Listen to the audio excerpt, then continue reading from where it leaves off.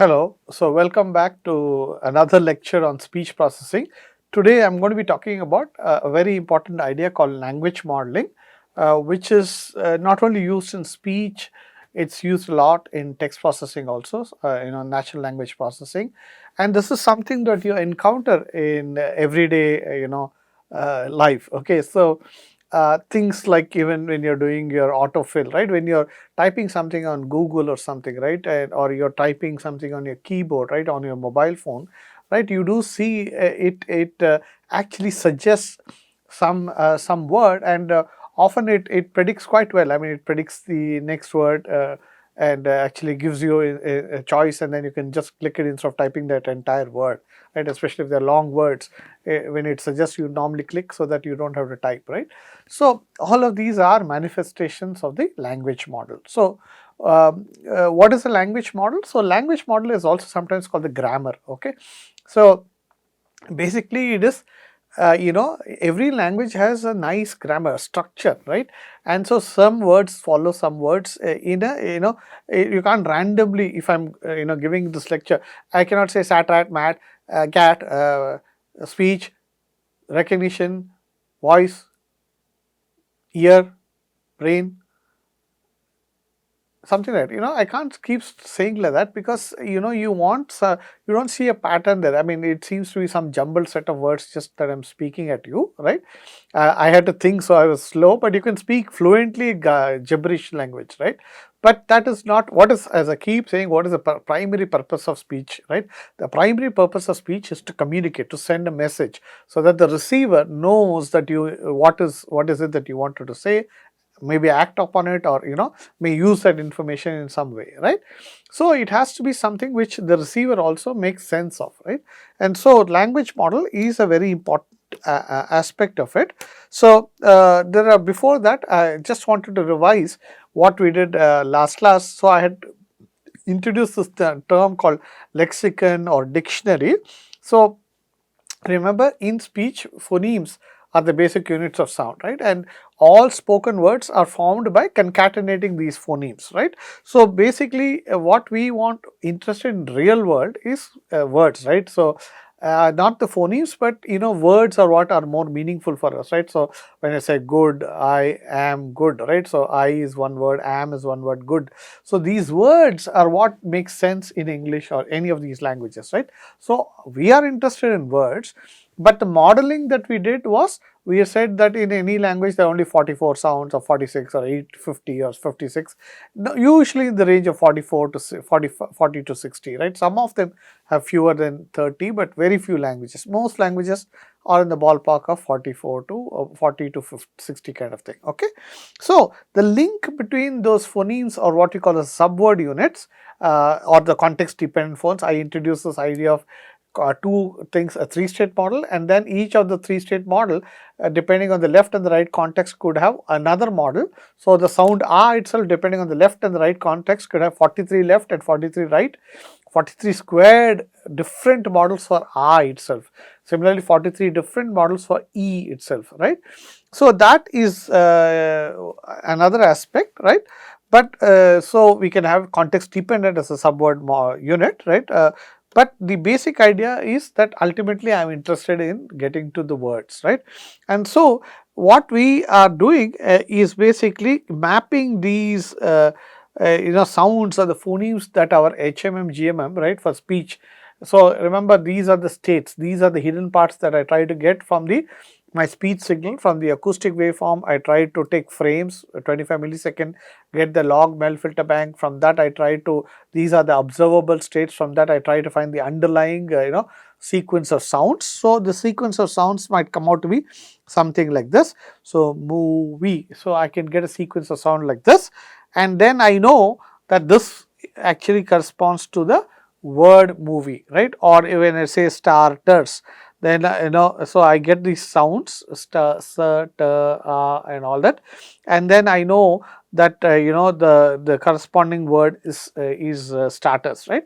So essentially we have a lookup table, right? So we do it once, right, for every language, right? This is called the dictionary or the lexicon, okay, or the pronunciation dictionary. There are some of these terms that are used for the same thing, and similarly, I could use this as my, the phonemes, right? So we have each phoneme is something that the International Phonetic Association have come up with, that when I move my mouth, my cheek, my jaws, my tongue in certain way, that is a canonical, that's the precise way that a particular sound. But normally when I speak, I am going to have, it's like writing A in a very proper manner, which we accept, right? Like but then A, when I do handwriting, is going to be all over the place, right?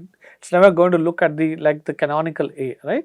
So the phones are the manifestations. The phoneme is the canonical representation for that particular sound, right? So I could represent in terms of these guys, the governor, chawal, right? So sir, here's the sound ch, and right?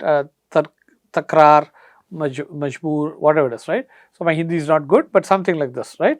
So and similarly for Tamil or Telugu or Kannada, Malayalam, Marathi, whatever you want, right? So we could expand it in terms of this.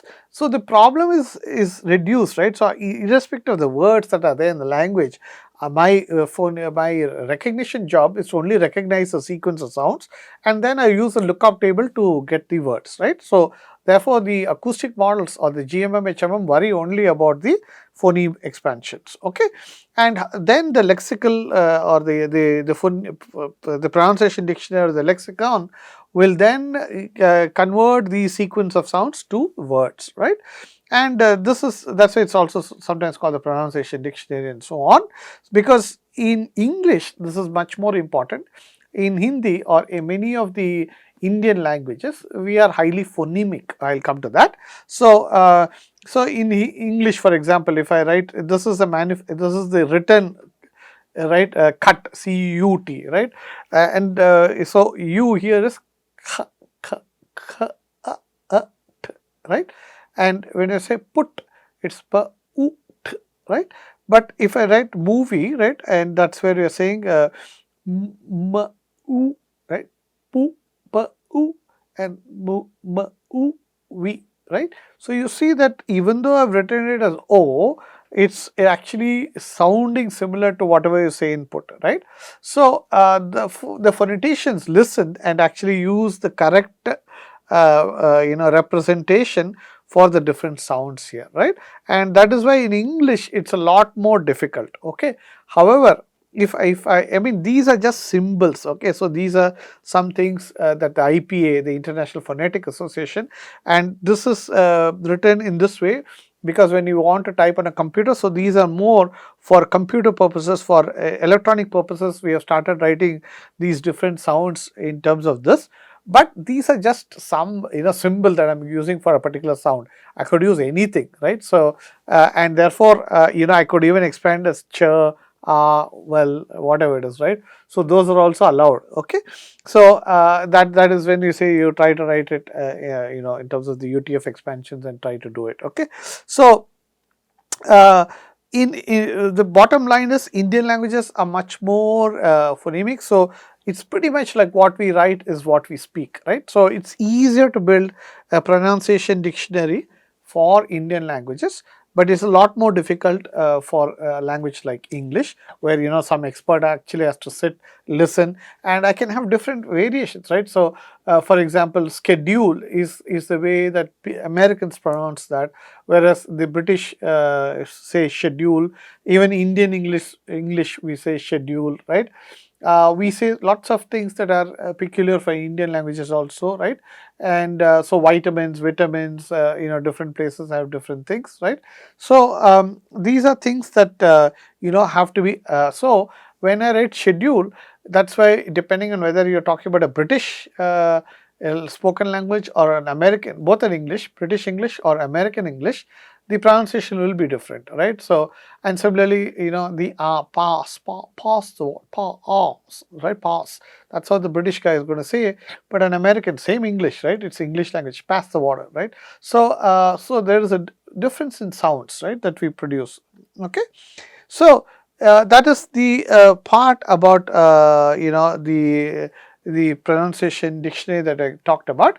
So what we do, and later on this will be seen, that whenever you want humans, they are expensive. So even here, instead of we will make a machine learn, so that we give some training that I'll give you some 10,000 words, try to see whenever these words come, what is the kind of, so if I give this kind of 10,000 words, this is a phone expansion.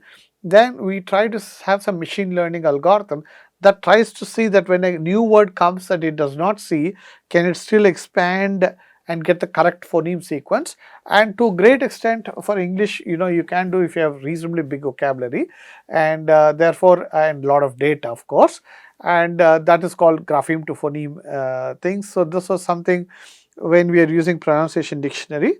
Uh, but the last 5 years, I would say, not even 7, we have, or not in that 3 to 5 years, we have slowly moved away from all of this. We are going to now have a very, very different approach called end-to-end, where we'll not have as much human effort at all. So we'll assume that the system can learn this deep learning ideas, right? So we have deep neural networks that can learn everything on its own. Okay, so but again and again, I warn you that just putting a deep neural network and trying to do something with the is not that great as if you put your knowledge of speech into it and make it explainable, and you can make a lot of things efficient. Okay, so that humility should be there, that neural networks, deep learning, it is powerful, but it has to be still there is the knowledge that the speech technologists, speech engineers